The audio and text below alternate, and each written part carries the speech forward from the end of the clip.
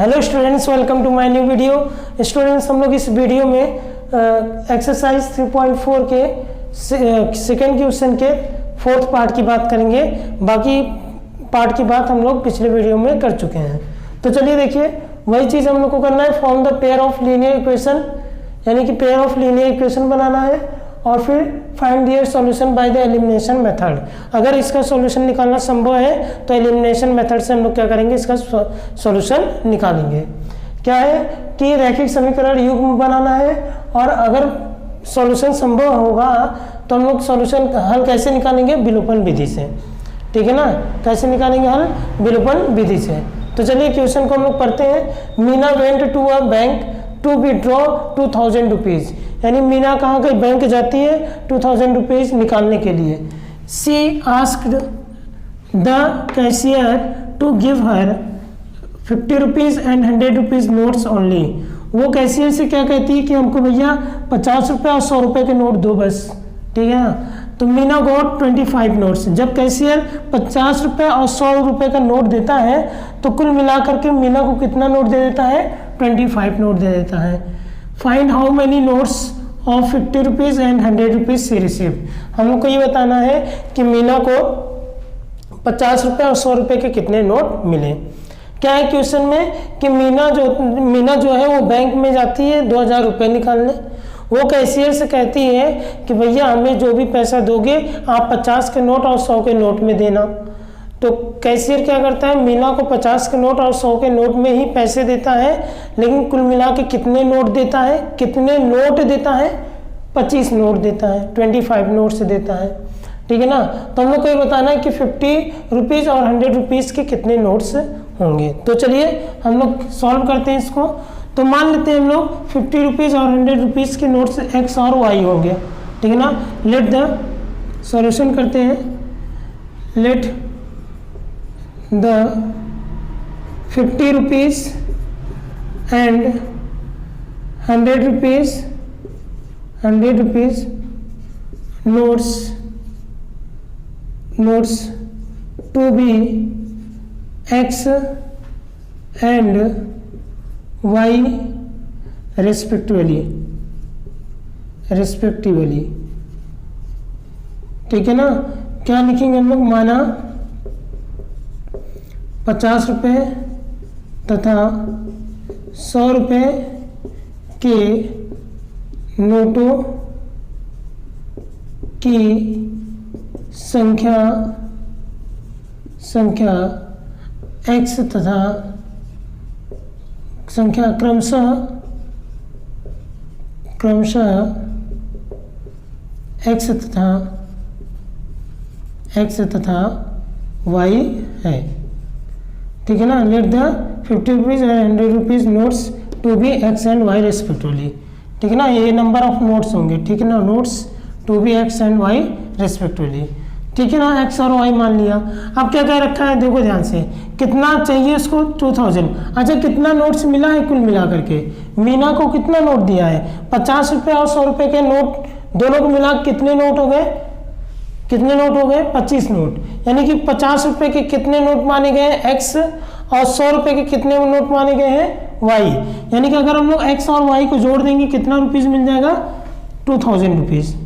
ठीक है ना, सॉरी, x और y को ऐड कर देंगे कितना मिल जाएगा, 25 नोट के बराबर, 25 नोट के बराबर। तो हम लोग क्या करेंगे, यहाँ पे x प्लस y, यहाँ पे लिख लीजिएगा अकॉर्डिंग टू फर्स्ट कंडीशन।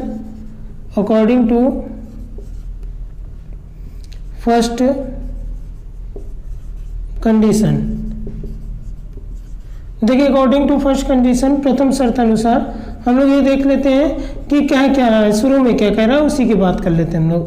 प्रथम शर्त अनुसार ये कह रखी है मीना क्या कह रही है, कैशियर से कह रही है भैया हमको 2000 रुपये चाहिए, लेकिन 2000 रुपये कैसे दोगे, 50 रुपये और 100 रुपये के नोट करके देना है। ठीक है ना, तो हम लोग मान लिए 50 रुपये के जो 50 रुपीज़ के नोट्स हैं वो x है और 100 रुपीज़ के नोट्स कितने हैं, y हैं। तो हम लोग क्या करेंगे, जब दोनों को क्या करेंगे, ऐड करेंगे, दोनों को ऐड करेंगे तभी तो 2000 के इक्वल होगा।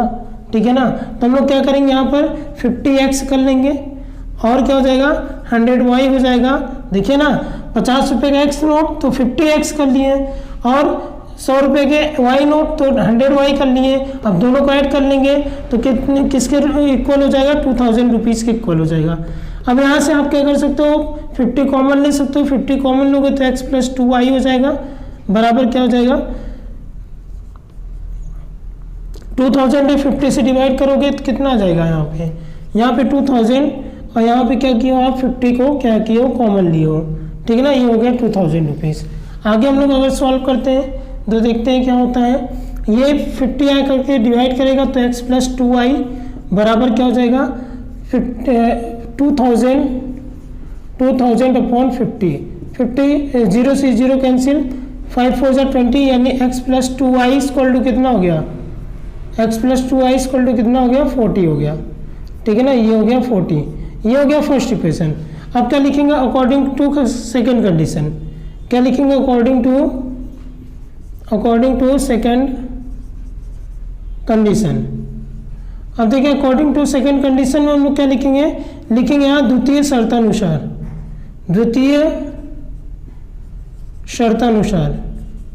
अब द्वितीय शर्तानुसार में देखते हैं क्या कहता है। जब ये कैशियर से कही कि भैया हमको 2000 रुपये चाहिए, लेकिन ये पैसे तब चाहिए जब उसमें क्या होने चाहिए 50 के और 100 के नोट होने चाहिए, ठीक है। तो कैशियर क्या करता है कुल मिला के 25 नोट थमा देता है। तो 50 के नोट x से थमाएगा और 100 रुपीज़ के नोट y थमाएगा, यानी कुल कितने हो जाएंगे नोट्स 25। तो यानी कि हम लोग क्या करेंगे 50 के नोट x है और क्या 100 रुपीज़ के नोट्स y है, तो दोनों का ऐड करेंगे कितने नोट हो गए 25 नोट हो गए। कितने नोट हो गए टोटल 25 नोट हो गए। बात समझ में आ रही है ना, ठीक है ना। तो अब हम लोग क्या करेंगे, अब हम लोग इसको इन दोनों इक्वेशन को क्या करेंगे सॉल्व कर लेंगे। ये आपका बन गया क्या दूसरा इक्वेशन, दूसरा समीकरण बन गया। अब इन्हीं दोनों समीकरण को हम लोग सॉल्व करेंगे तो लिखेंगे क्या, देखिए x का कोफिशिएंट यानी x का गुणांक दोनों में बराबर है तो कुछ भी नहीं करना है, फर्स्ट माइनस सेकेंड कर देंगे हम लोग। तो फर्स्ट माइनस क्या कर दिए सेकेंड, ठीक है ना। ये आपको लिखना पड़ेगा on subtracting equation second from equation first, on subtracting equation second from equation first, यानी समीकरण 1 में से समीकरण 2 को घटाने पर, समीकरण 1 में से समीकरण 2 को घटाने पर। तो ठीक है ना, तो चलिए घटाते हैं। तो x + 2y बराबर क्या हो गया 40 हो गया, और x + y बराबर कितना हो गया, ये हो गया आपका 25, ठीक है। ये यहाँ माइनस यहाँ माइनस यहाँ माइनस ये गया। अब 2y में से एक y गया तो y बचेगा। 2y में से देखिए यहाँ पे इसको हम लोग क्या करते हैं सॉल्व करते हैं। देखिए 2y में से अगर y जाएगा यहाँ पे हम लोग आ जाते हैं इसके लिए। देखिए फर्स्ट माइनस सेकेंड करते हैं, फर्स्ट माइनस सेकेंड, ठीक है ना। क्या लिखोगे इसके लिए on subtracting equation second from equation first, यानी समीकरण 1 में से समीकरण 2 को घटाने पर। तो घटाते हैं x + 2y बराबर क्या हो गया 40 हो गया, और x + y बराबर क्या हो गया 25 हो गया, ठीक है ना।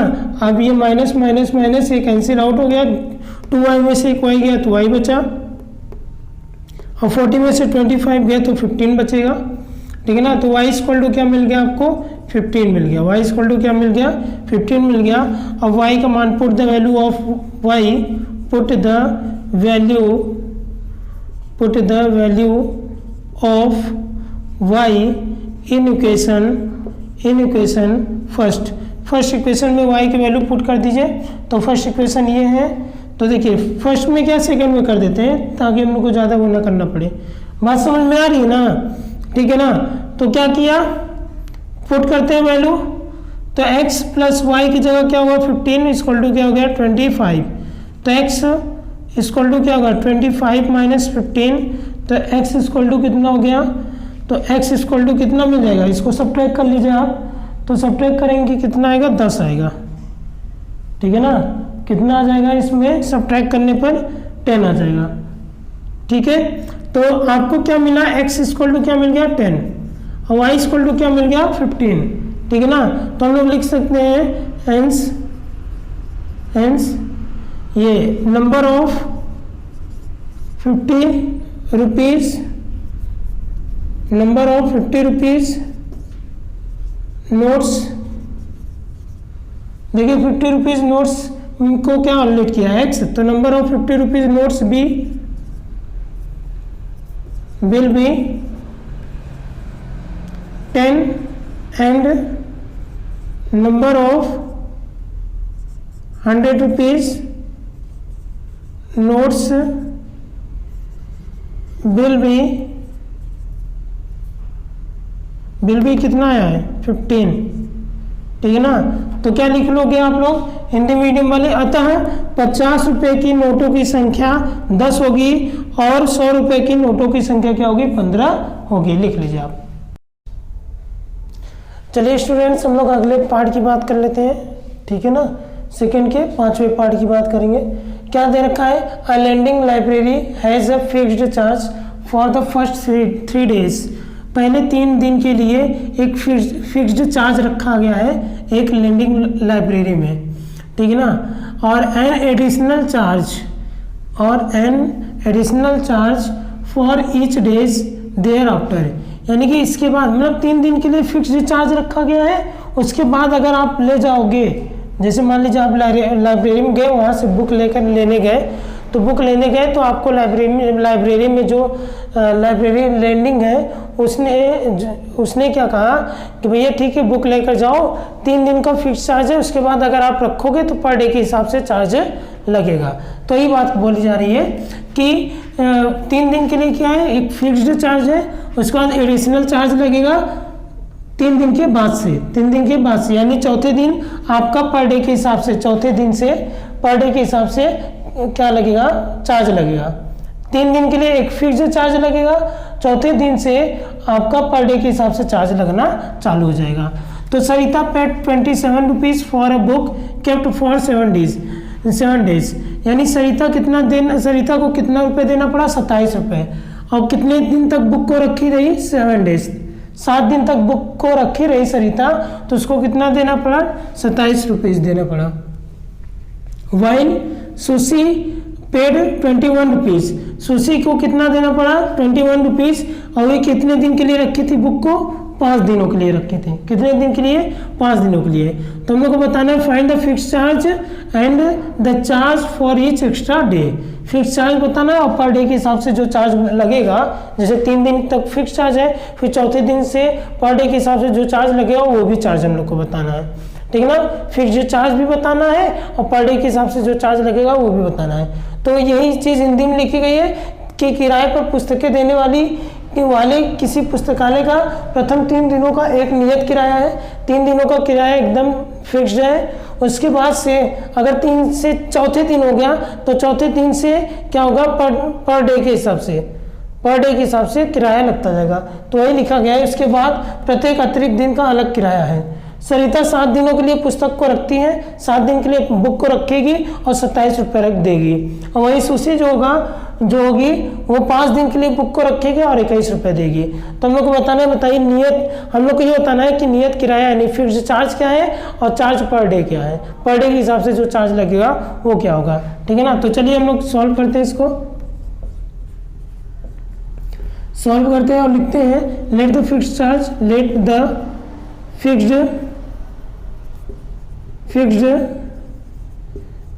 चार्ज बी क्या x रुपीज़। फिक्स चार्ज हम लोग क्या लेट करनी है x रुपीज़। फिर इसके बाद क्या है the charge for each day. अब the charge for each day, यही पर डे के हिसाब से चार्ज कितना होगा वो मान लेते हैं y रुपीज़ होगा, ठीक है ना। क्या लिखा है यहाँ पर, हम लोग लिखेंगे कैसे हिंदी में, माना नियत किराया x रुपीज़ है, x रुपीज़ तथा क्या लिख देंगे हम लोग अतिरिक्त दिन का किराया, प्रत्येक अतिरिक्त दिन का किराया, प्रत्येक अतिरिक्त दिन का किराया, प्रत्येक अतिरिक्त दिन का किराया क्या हो जाएगा y रुपीज़, वाई रुपीज़ होगा। ये हम लोगों ने लेट किया, ठीक है ना।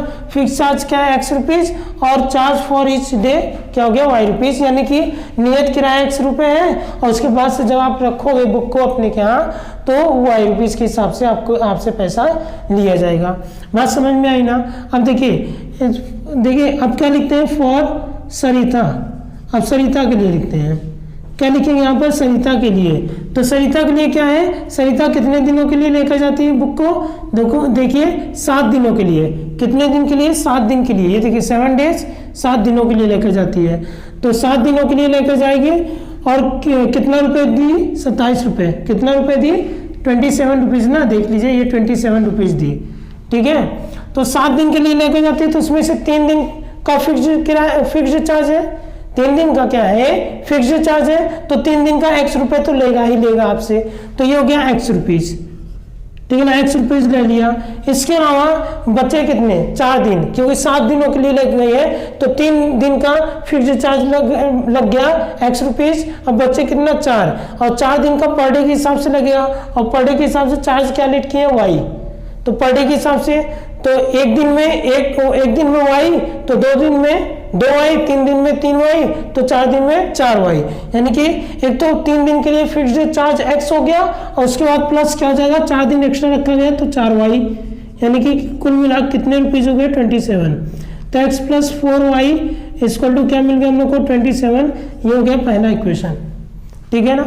अब आगे देखिए, अब दूसरा क्या है फॉर, ये तो सरिता के लिए था। फॉर सुशी के लिए देखिए क्या कहता है कि सुशी के लिए कहा गया है कि सुशी जो है वो 5 दिन के लिए, देखिए ना यहाँ पे कहा गया आपका सुशी 21 रुपीज़ देती है 5 डेज के लिए। कितने दिनों के लिए, 5 दिनों के लिए 21 रुपये देती है। तो 5 दिनों के लिए 21 रुपये देती है, तो 5 दिन में 3 दिन तो फिक्स्ड है तो वो एक्स रुपीज़ हो गया। बचे कितने, 2 दिन, ठीक है ना। कितने बचे, 2 दिन। अब वो 2 दिन के लिए क्या वाई रुपये के हिसाब से चलेगा तो 2 वाई हो गया 2 दिन के लिए। समझ में आया ना, फिक्स्ड क्या हो गया एक्स रुपीज़ हो गया। और फिर बचे कितने, 2 दिन, क्योंकि 5 दिन के लिए लग गई है ना सुशी। तो अगर 5 दिन के लिए लग गई है तो 3 दिन यानी एक्स आ जाएगा। अरे 3 दिन का फिक्स है ना तो एक्स हो जाएगा। उसके बाद फिर क्या है पर डे के हिसाब से, तो कितने दिन बचे, 5 दिन में 3 दिन गया एक्स में और बचे कितने 2, तो 2 आई हो गया। समझ में आया ना। और इस प्रकार से सुशी को कितना देना पड़ा, 21 रुपये।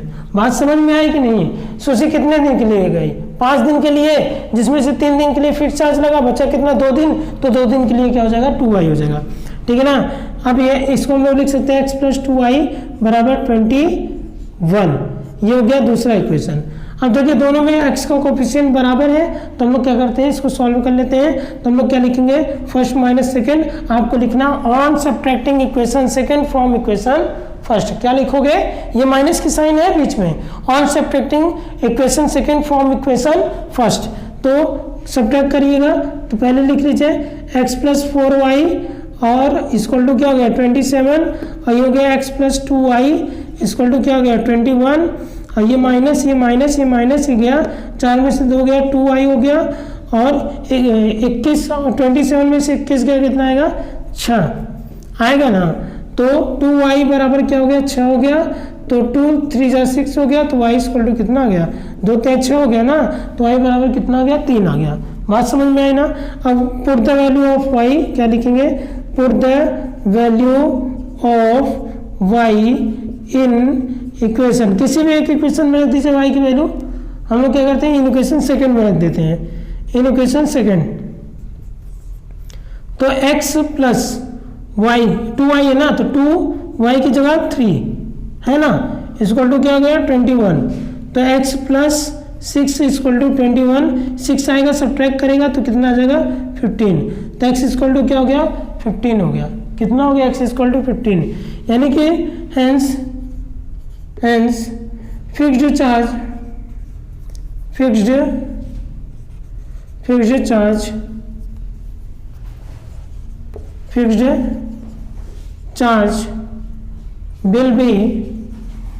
be 15 रुपीज़ एंड, ठीक है ना, कितना हो गया 15 rupees and the charge and the charge for each extra day will be देखिए एक्स्ट्रा डे के लिए किसको लेट किया है, वाई को ना, तो will be 3 रुपीज़, यानी 3 दिन का 15 रुपये लेगा, उसके बाद चौथे दिन ले जाओ, चौथे दिन का 3 रुपये, पाँचवें दिन का 3 रुपये और छठवें दिन का 3 रुपये, ऐसे 3-3 रुपये के हिसाब से जोड़ेगा, ऐड कर लेगा। समझ में आ रहा है ना। तो हिंदी मीडियम वाले क्या लिखोगे, अतः नियत किराया 15 रुपये होगा और क्या, प्रत्येक अतिरिक्त दिन का किराया 3 रुपये होगा। अतः नियत किराया 15 रुपये होगा और प्रत्येक अतिरिक्त दिन का किराया क्या होगा, 3 रुपये होगा। इसको आप लिख लीजिएगा, लिख लीजिए।